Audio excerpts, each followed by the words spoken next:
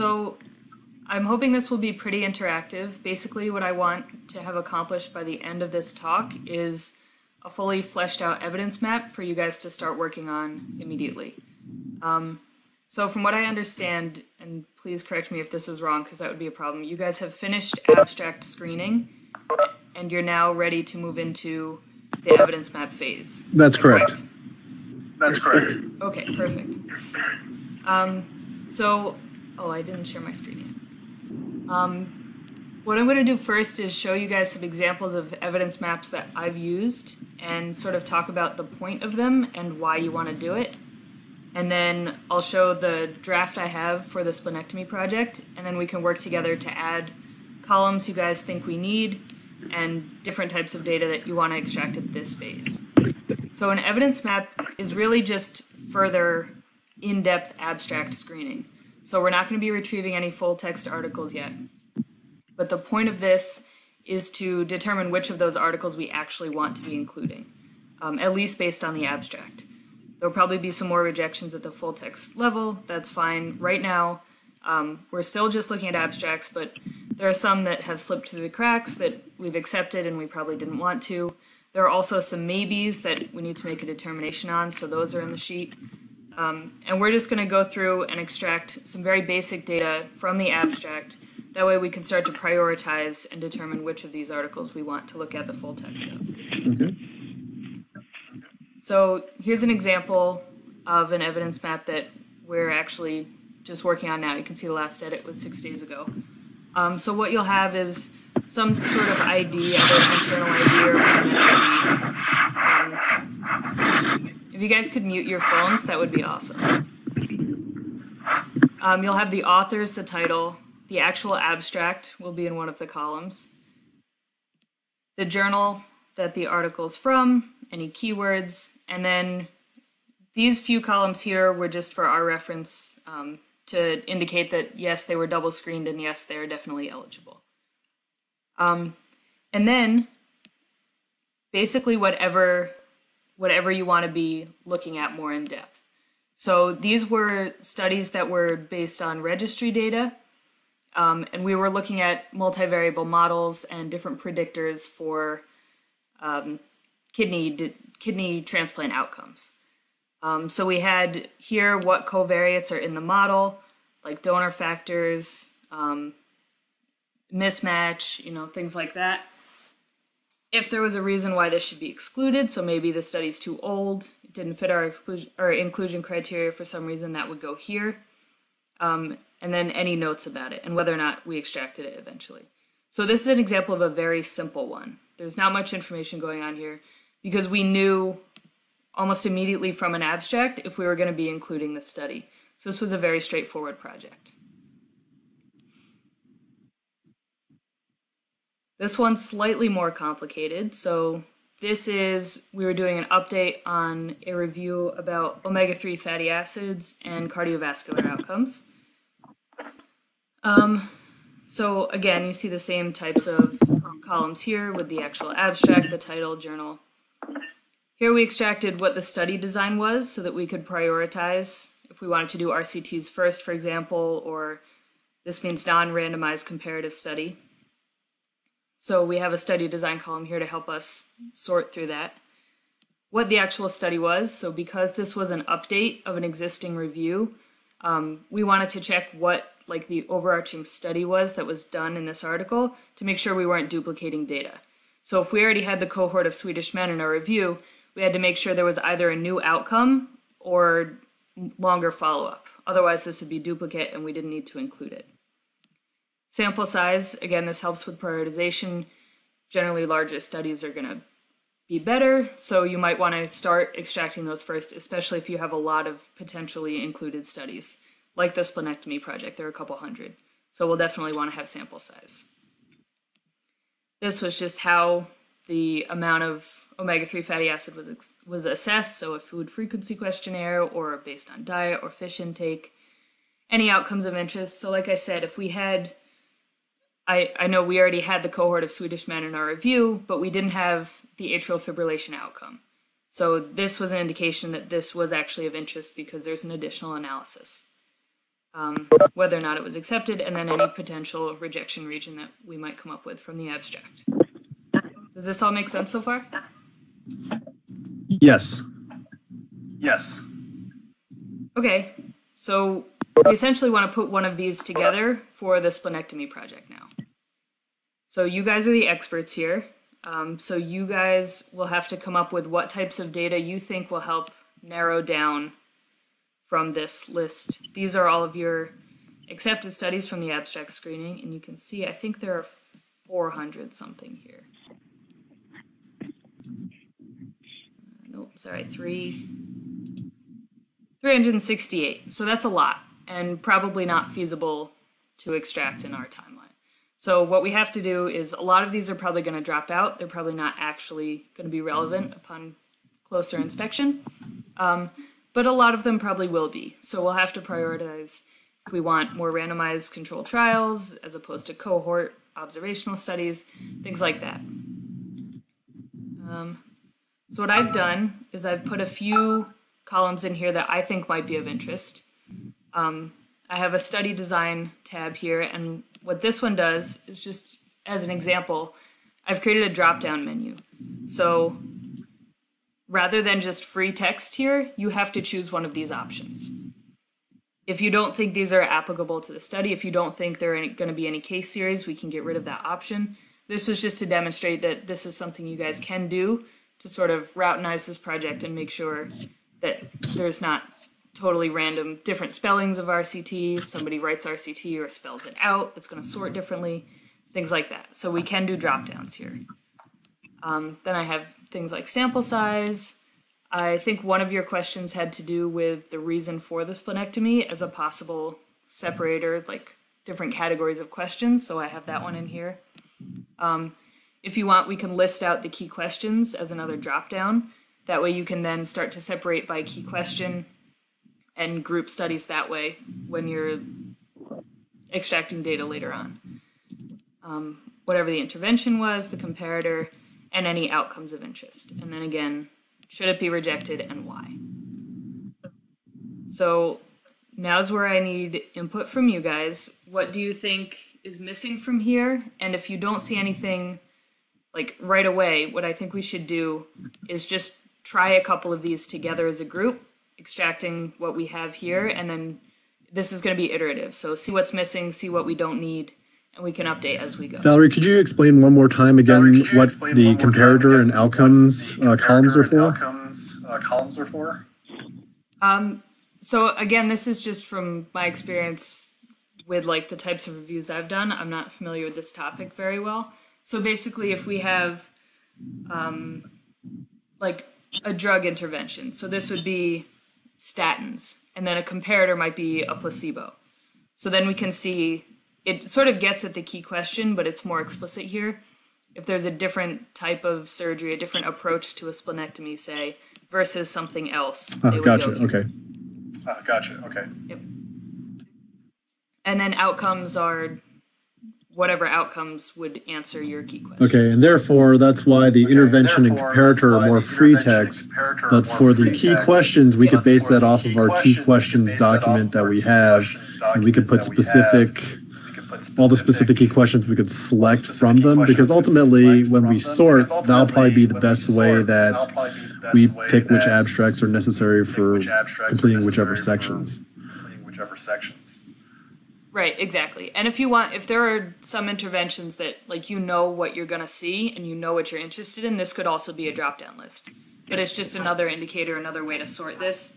And if somebody is reading an abstract and the intervention in the abstract is not in this list, that might be an indication that the article's not of interest. Now, can we pick multiple key questions once we create them? So that one article can fulfill, such that I guess when we sort it, the same abstract would populate for several different of the key questions? That's a really good point. I can look into how to make the drop down so that you can select multiple answers. Okay. I'm not sure how to do that right now. Okay, because I think that'd probably be the main thing is that for a lot of these articles, they'll probably overlap with several of the key questions. And I guess probably what we'll end up doing is because we have so many abstracts, we may just divide the list of 300 plus amongst all of us, and then we fill out numbers 2 through whatever 50, and then somebody else does 51 through 100. As such, okay, and then based off of that, should we typically have more than one person review each abstract and fill out the evidence table for it, or do we just assume that everybody is of sound judgment and a single pass should be adequate? I think a single pass should be adequate as long as you're all familiar with the key questions and the topic. The one thing you might want to do though is double check rejects. So if somebody thinks it should be rejected, just have somebody else go through and confirm that that's correct. Because you might miss something. Valid Steve Haggerty. I just wanted to clarify something that Ed was asking. Our groups do things a little differently, I think, in that we've kind of divided up the guideline among members. So by sections of key questions, and like if one section uses an article like laparoscopic versus open splenectomy, but the same article fulfills another key question. That's kind of I think what Ed was asking. How do you differentiate those two? So yeah, I think that's something that will come up more in the data extraction phase than here. So you're saying like are members of the committee not necessarily familiar with all of the questions? Well, they'd be familiar, but they may be assigned certain ones. So, yeah, go ahead, Ed. Yeah, I was going to say, yes, we all have the universal list of the key questions for guidelines, and we can always resend that if necessary. But each member of this specific splenectomy guideline, it's only assigned to specific key questions. So the key would be, I guess, that as we're sorting individually, if we do decide to just split all 300 evenly amongst the members to do the evidence table, that we're all just constantly thinking of all the key questions and not just our own.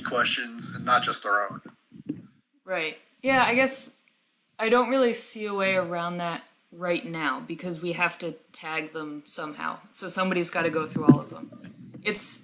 So you all screened all of the abstracts, right? Or at least two of us, I think, screened each of them through Abstractor. And then if there was a tie, then Steve did the tiebreaker. We ran into the same thing on the reflux guideline, and we had to, everybody just got assigned random number, 1 through 20, 20 through 60 on the abstracts.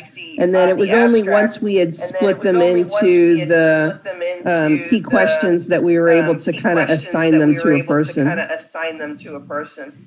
Yeah, exactly. I don't see a way around that really, because until we tag it, we're not going to know who gets what abstracts. So it's kind of got to be random. So I guess Danielle, when you did the GERD one, were you able to create a key questions column and then select multiple, or did you actually make a column for each key question and say yes or no that way? I guess that's the workaround, if you will. Yeah, we typed in which abstract was relevant to those particular key questions.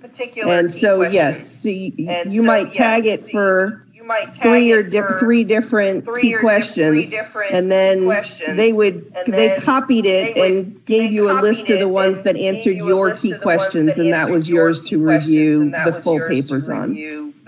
So there was a sheet. So after this, you'll divide these into the key questions, and then the next version of this spreadsheet would have key question 1A, key question 1B, and you'd be assigned to that sheet, and you'd go through all of them. Okay, so basically it's a second time redo. So after it gets screened initially for just kind of eliminating additional ones based off of our initial screening now, you create a second evidence map essentially with each key question, and then somebody reviews each of those abstracts for each of those key questions. So you could do that, or you could just base it off of this one, divide it up, and then go right into full text screen. Yeah. That makes sense. It depends on if you want a second opinion. One of the nice things about having it divided by the key question, though, was then you could sub-sort them by the type of study design. So then your randomized control, your randomized control studies were at the top and all the way down, and so that you weren't having to spend time looking at the weaker papers at the bottom if you already had enough strong papers at the top. Sure, that makes sense. Right, yeah, exactly. Yeah, that's the whole point of doing this, is to be able to prioritize. So then I guess the first step would be essentially if we just take this list, split it up, and each take our section of the evidence map, make sure we reject all the ones necessary, come up with our new evidence map, if you will, and then go through the key questions. So almost not doing the key questions at this initial stage? No, you need to designate what key question you think this abstract is going to answer. Yeah, I think if you're already looking at it, it makes sense just to tag it here, and then that'll speed everything up later. Okay. Yeah, I'm just trying to think of, again, how do we tag multiple key questions such that, because that'd be, again, the most efficient way. How many key questions do you have? I think you had a good idea. Just off the top of your head, how many do you have? We probably have around 20. That's a lot. That's a lot. I want to say we had about 20. Let me see if I can find the document somewhere on my system. My work computer is a little bit different. Hey, Yes. this is Tammy. Do you think we can put them maybe into broader categories, at least to give us a general, instead of having 20 columns, maybe we can do bigger, broad categories to try to do key questions too? So, I mean, I guess I've got my key questions here. Yeah, there's probably about 2.5 pages worth of key questions, but they are things like, under broad section, indications, outcomes, pre-op preparation, complications, technique. I think those were the broad categories. Yeah, I think that's what we tag it first. Then. Okay. What you may want to do is take those broad categories and number them, and then have A, B, C, D, E underneath it. But you would be able to categorize it by that broad number category, and then your group can just go and figure out whether it's question A, B, C, or D later. Sure. Yep, exactly. And what I can do is have a column for each of those 5 or however many categories. Yeah, because again, the broad categories are like indications, outcomes, pre-op preparation, technique, and complications. So it's 5. So if we have those as 5 separate columns, we could say, yes, it fits that, and then go back later and answer the subset questions like Danielle was saying, 1A, 1B, 1C. But at least we'll know that these are indications-related papers, these are technique-related papers, etc. Okay. Yep, exactly. And the person reviewing it should have the key questions so that if the paper really doesn't cover that, then we reject it. Is that true? Yes. Yeah, you're going to want that document right up next to you when you're doing this. Okay. So then really for the evidence map, we just need to change column S, the key questions, into the 5 broad categories. Yep. And then once we do that, we can just resend out the evidence map, and I will just take the total number, we'll divide them evenly into the key members, and then pick a timeline to complete the initial evidence map. And then anything that we've decided to reject, we should just have somebody else who either didn't review it, or if we have some person, again, as a tiebreaker or something, to review those to confirm that, yes, they are rejects. And then we can start pulling the articles and I guess reviewing them for whichever section we're doing. Because I mean, if one person's assigned to indications, they will know all the indications questions pretty well, such that when they're looking at the papers, those are all their 1A, 1B, 1C, 1D.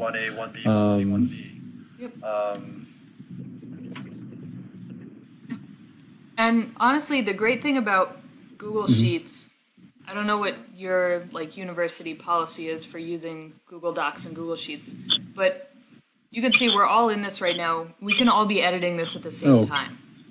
So if you don't want to break it up by chunks for people, you could just have people work as they're free you could be working on column 1 or Sorry, row that was 1, me I could be typing that working on in row just to 2. see that it would actually show up on yours. Yeah. Okay. So you could be working here, I could be working here, and we just jump over each other as we're extracting Gotcha. into the evidence map. So, for example, right now I'm filling in indications. And then let's see here. Where's my thing? Outcomes. So this next one would be outcomes, pre-op, preparation, technique, and then we would just need to make one more column. So I guess I go insert column to the right. Okay. Just overwrite the key question one. Gotcha. And what I would do is just... And then this is like outcomes. Oops.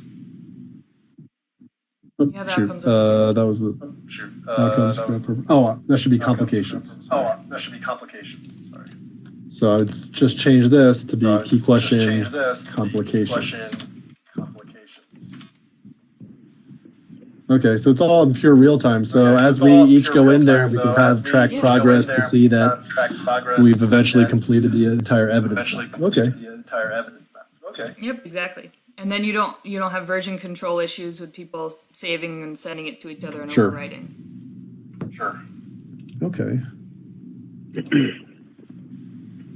So should we just like go through the first abstract, like number 2 on there, just to kind of fill out that row? And then once we've kind of done that, then it's just a matter that we just go through there and complete the evidence map? Or I guess, are there other things we need to include in our first run of the evidence map that we haven't included so far? So that's my question to you. Are there other things you think you will want to either sort on, or other things that will be good indicators of exclusion?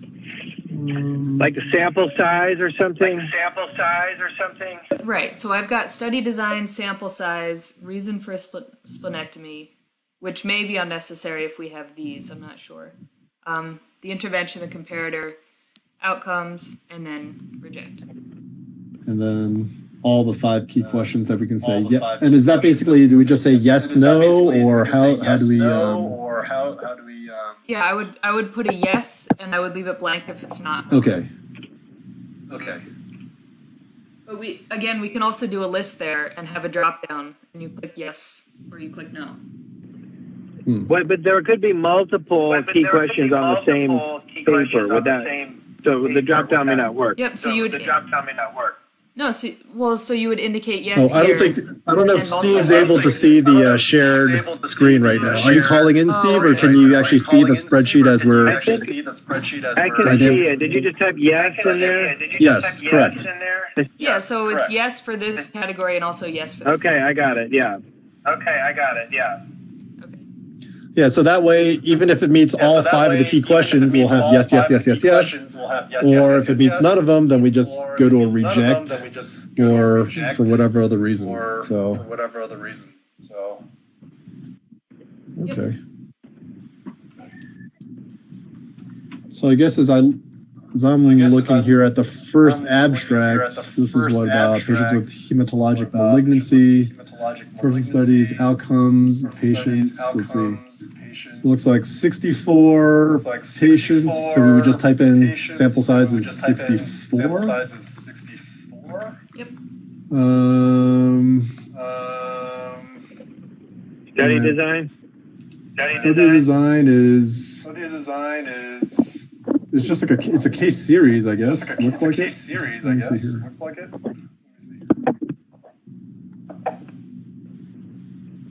Yeah, I think so. Yeah, that sounds like a case series. Let's see. Reason is hematologic malignancy.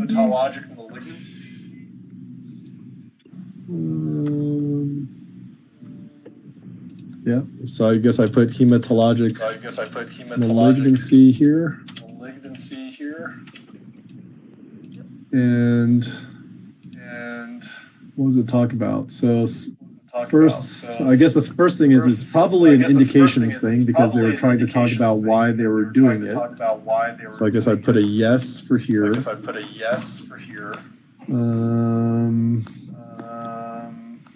They did talk about let me open up my outcomes. So success rate, outcomes. I guess it's considered in terms of complications. They do talk about bleeding, so it's definitely a complications related. In terms of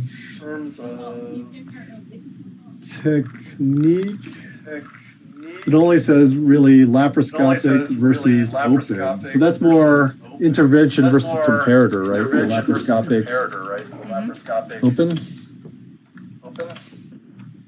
And please correct me if I'm not doing this correctly. No, you're doing great. I guess we'd have to see the true article to see if it has anything about sort of pre-op preparation, but we can't determine that, I don't think, based off of the abstract. Clinical outcomes, transfusion, hospital stay. I think those are all complications. It's kind of success. So I guess this is also considered outcomes here.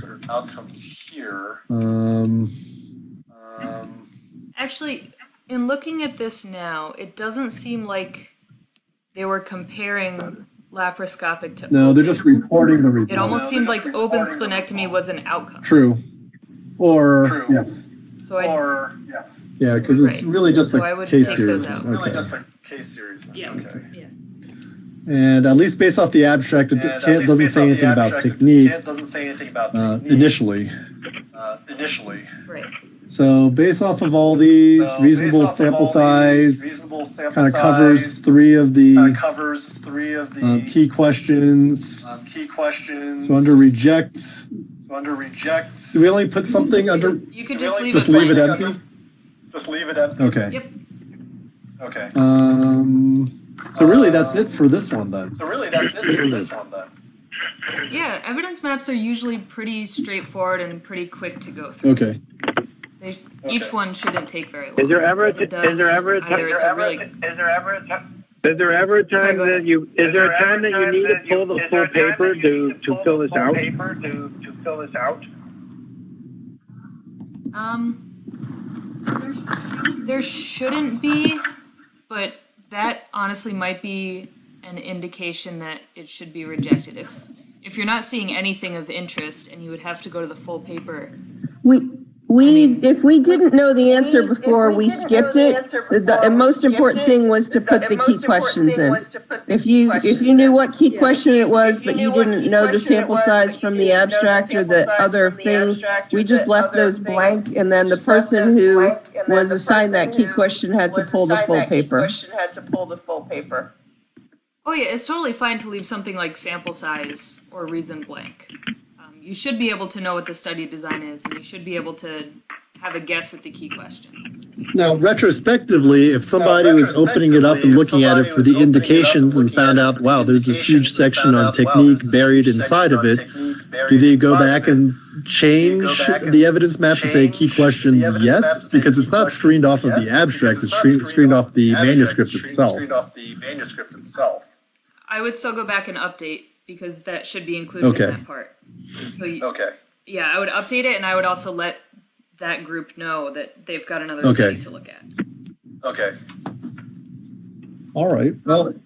Another comment. So, say if there's no sample size in there, rather than leaving it blank, I would recommend putting ND for no data, just to indicate that you looked for it and didn't see it. Because if it's blank, that could mean that you just forgot. So just some sort of indicator that you looked, it's not there, and you moved on. Okay, that makes sense. For the key questions, I think it's a little different. You can leave those blank. But again, if we want to drop down, what we could do is have yes, no, maybe. And if you don't see anything about pre-op preparation, or you don't see anything about technique, but you have an inkling that it might be there, just click maybe. Yeah. If you're pretty sure it's not. That may be the better thing to do, is just to force the hard yes, no, maybe. And then I almost want to say that for like the reject yes, no, we should maybe make that hard and fast also, just in case, we didn't accidentally somebody else like hits delete on it or something, or Okay. I mean, I'm just trying to make this as error-proof as possible, I guess. So this is how you would do that. So in this tab called Lists, this is where I'm telling it to look for those drop-downs. Then back over here, it's under Data, Data Validation, List from a Range.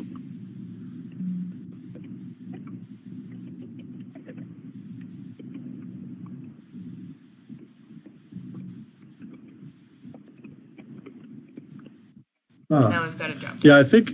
Now, can you really quickly copy copy that all the way across all those columns? I think so. Cool. My apologies, I'm on call and I gotta go. Okay. Thanks, guys. Thanks, Danielle. But by default, it's going to go to yes, though. Is there a default that has like blank? Oh, so it only went to yes because this one was selected yes when I copied it over. So if I were to take this one and drag it down. Okay. Yeah. So what I'm just going to do is this for now. And I'm going to drag all these down to the bottom. Gotcha.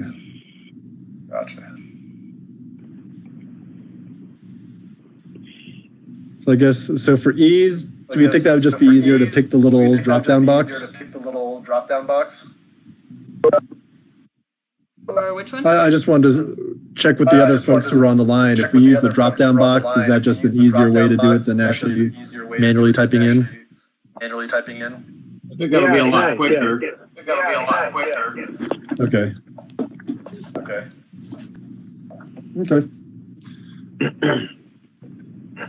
Well, I think this makes a lot more sense now that we've actually kind of run through it again with the one that we have. So, in terms of moving forward, I'll just calculate out, divided by the number of active members of this specific guideline, and then we just need to pick a time frame to have this next phase completed. I guess, are there any other members on the line who have questions about filling it out based off of what Valerie's shown us and so far? No, it seems straightforward. Okay, Brad, sorry to interrupt you. This is Dimitri. I would suggest that depending on maybe make the decision now when your next conference call should be and what that should be, because that will keep you on your timeline.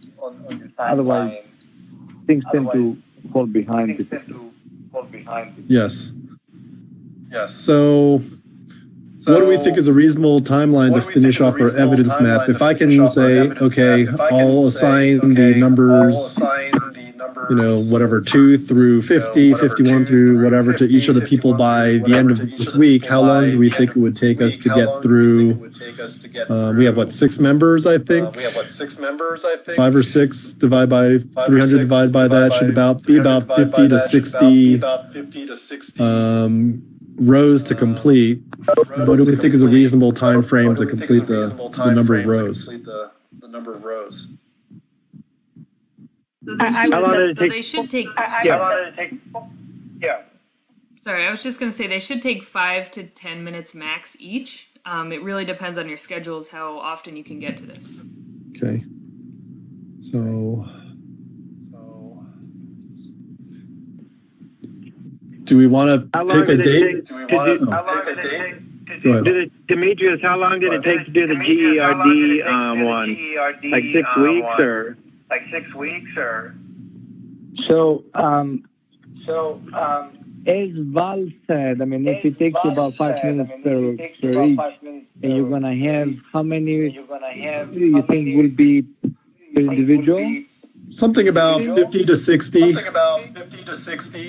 Right, so if it's 50 times 5, about 250 minutes, right? So, or let's say 300 minutes.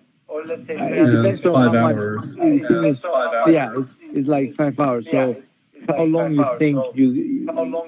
how you schedule it, and if you think you can devote 1 hour a week to this, then maybe 5 weeks. If some of you will knock it out with one setting, maybe whenever you can get to it. But something that the group agrees to and is reasonable. It might be reasonable just to do something in the short term, just everyone work on a little bit of it, make sure we're all on the same part, on the same page, and understand what we're doing, and then complete it, and have a conference call in 2 weeks, and then another in 6 weeks, so we're done in 6 weeks. But we have a chance to ask questions of each other in 2 weeks, so we kind of are left high and dry. Just a thought. Yeah, and again, I'll just suggest if you find that somebody in the group or a few people have more time to devote to this than others, I think it's okay. You can pick up the slack and help each other out. I don't think, it's good to have everybody looking at a lot of these just so they know what to expect when they get to the full text. But if one person is really chugging along, I think it's okay to go over 50 if you were only assigned 50. Yeah, if you just get in the zone. Yep, exactly. Well, do we want to plan for a follow-up conference call? Today's the 10th. Either the 24th or the 31st. Are there any other major meetings coming up this month? I know I'm not attending anything. So do we want to say 2 weeks from now? Just let's see what we can get done in the meantime. With a plan such that by June 15th that we should have the whole evidence map completely taken care of, at least the first pass, including the getting all the rejections taken care of. I'm fine with that. Okay. I think that's reasonable. Okay, so do Wednesday evenings work well for most people? So I know they don't work for Jeff. Okay. They work great for me though. Let's see here. And I'm on Mountain Time, so it doesn't really affect me as much. I'm looking at Wednesday the 24th. I do have a hiatal hernia and a redo hiatal hernia, so it just depends on how fast my OR turnover is between my cases. If we're going to say 5 p.m. Mountain Time, which is like a 7 o'clock your guys' East Coast time. I can also do Tuesdays. Tuesdays, actually, let's see here.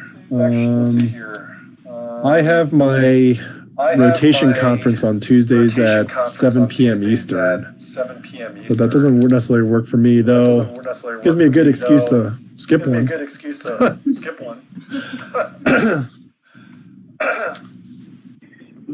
If it's just kind of touching, if it's just touching base, could it be like a 30-minute type thing, or do you only work on the hour? Oh, definitely. It doesn't have to be a full hour. Yeah.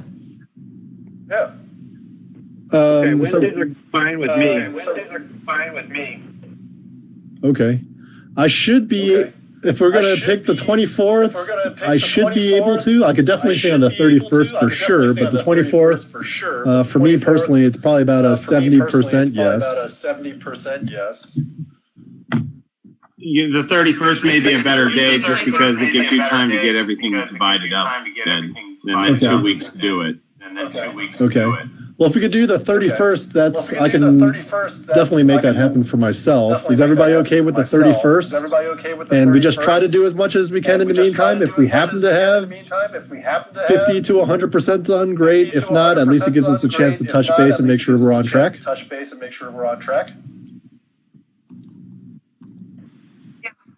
Yeah, my only concern with that is whether Jeff will be upset that he can't make another one. Do you know which days work for Jeff? I only know that this time doesn't. And are we talking about Jeff Cohn? Yes. Let's see. He's on what? Australia? Is he Australia or New Zealand? Is he Australia or New Zealand? Remind me. Australian. Australia. Yeah, I think Australia. Do we know what their time differential is? Do we know what their time differential is? So this time is morning for him. So it works, but it depends on the day. So Thursdays work a little better for him. But, you know, I mean, it's fine. You're the lead on this, right, Ed? Right, and really, I mean, this is, we're just making sure that we're filling out the table appropriately, or the evidence map appropriately. So, Yeah, I've also recorded this call. sure. All right, you're good. Sure. You're good. So maybe at least just for the one on May 31st, it's just for more of us internally to make sure we're on track. Then for the follow-up one, if we're looking at mid-June to hopefully have everything done by then, we could try to pick an alternative time so that we can see what the final results of our evidence map are. How's that sound? Works for me. Okay. So we'll plan for May 31st, same time? May 31st, same time? Sounds great. Okay. And then by the end of this week, I will divide up the number of rows, confirm who we have in our group, and then assign the rows to each team member. And we just try to accomplish what we can between now and May 31st.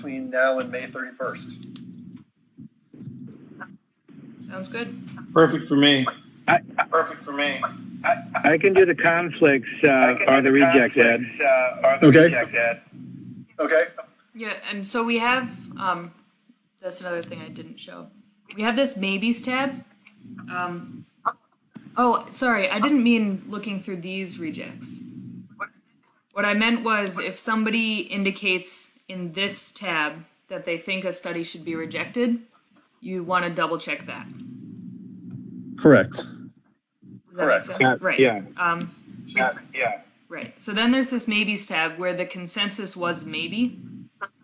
So somebody should go through these more in depth, and then if they should be accepted, add them to the end of the accept list, and if they should be rejected, add them over here to the rejects. Oh, I see that bottom tab there. Okay. That bottom tab there. Okay. Yep. Maybes. So let's see. Yeah,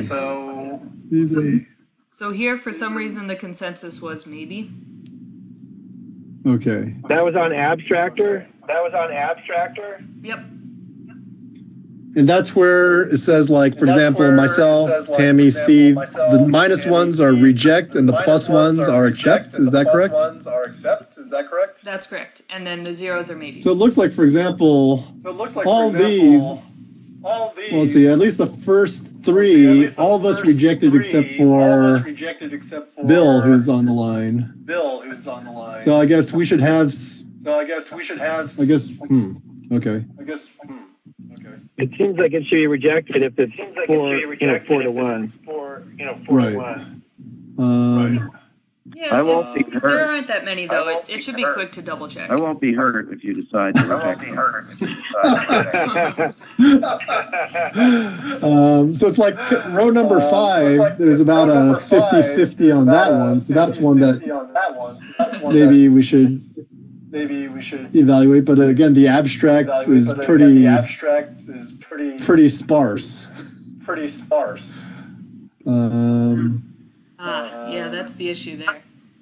So for something like this, if you think there's a chance it's relevant based on the title and the abstract, I would just pull the full text article. Okay. If there are only a couple, that's okay to do. Based on this, there are only 9 that we're unsure of, so So I think that's okay. It also, this looks like a case report. Are you interested in case reports? review the case. No. Yeah, so that's a case report, so that should probably be a no.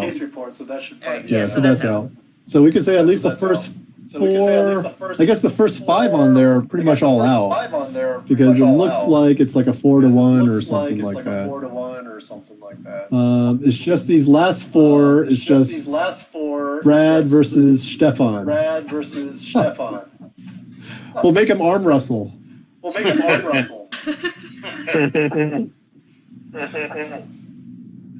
I'm a yes or no guy. Come on, no maybes in here. Well, let's see if we look at these really quickly. So for like, so I think rows number 2 through 6 we can reject all of those.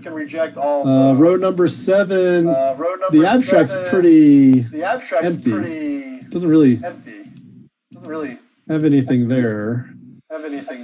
So I don't know that we can include that at all. Laparoscopic. Those are more keywords than the actual abstract, though. Also, so it's in the Journal of Trauma. Is that maybe an indicator that it's not of interest? Or like traumatic injuries? Actually, I mean, it's an indication. So it would be of interest to that extent. It's just that we don't have the abstract. Looks like we just have the keywords on that row. This also says case report. Oh yeah, case report. So therefore we can eliminate that one as well. Number 8.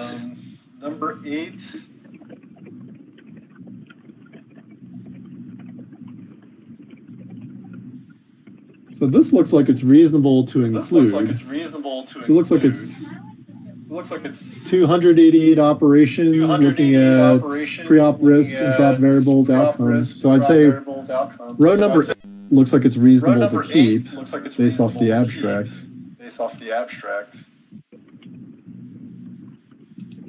Row number 9. It's comparing shunt tips versus splenectomy. I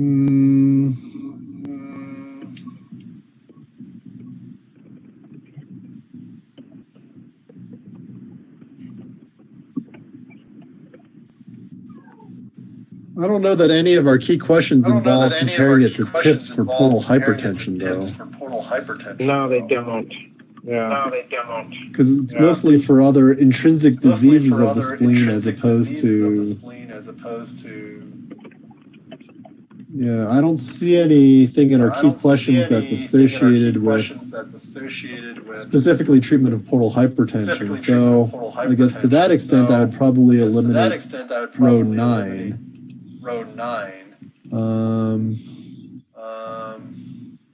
And row 10 is a similar sort of thing. They're comparing splenectomy to Segura procedure of esophagogastric revascularization. So that's not also one of our key questions either. So of all these, it looks like number 8 is the only one that we would keep. Okay, great. So I can copy this over to the accept tab and then all right. So at least we're done with that. Okay. Yep. Great. So I'll try to have everything divided up and send those out on the 12th. Can I confirm the members for splenectomy? I know we've got Brad, Tammy, Stefan, Ziad, myself. I think Giovanni dropped out. Steve, you're our chair member. Was there anybody else?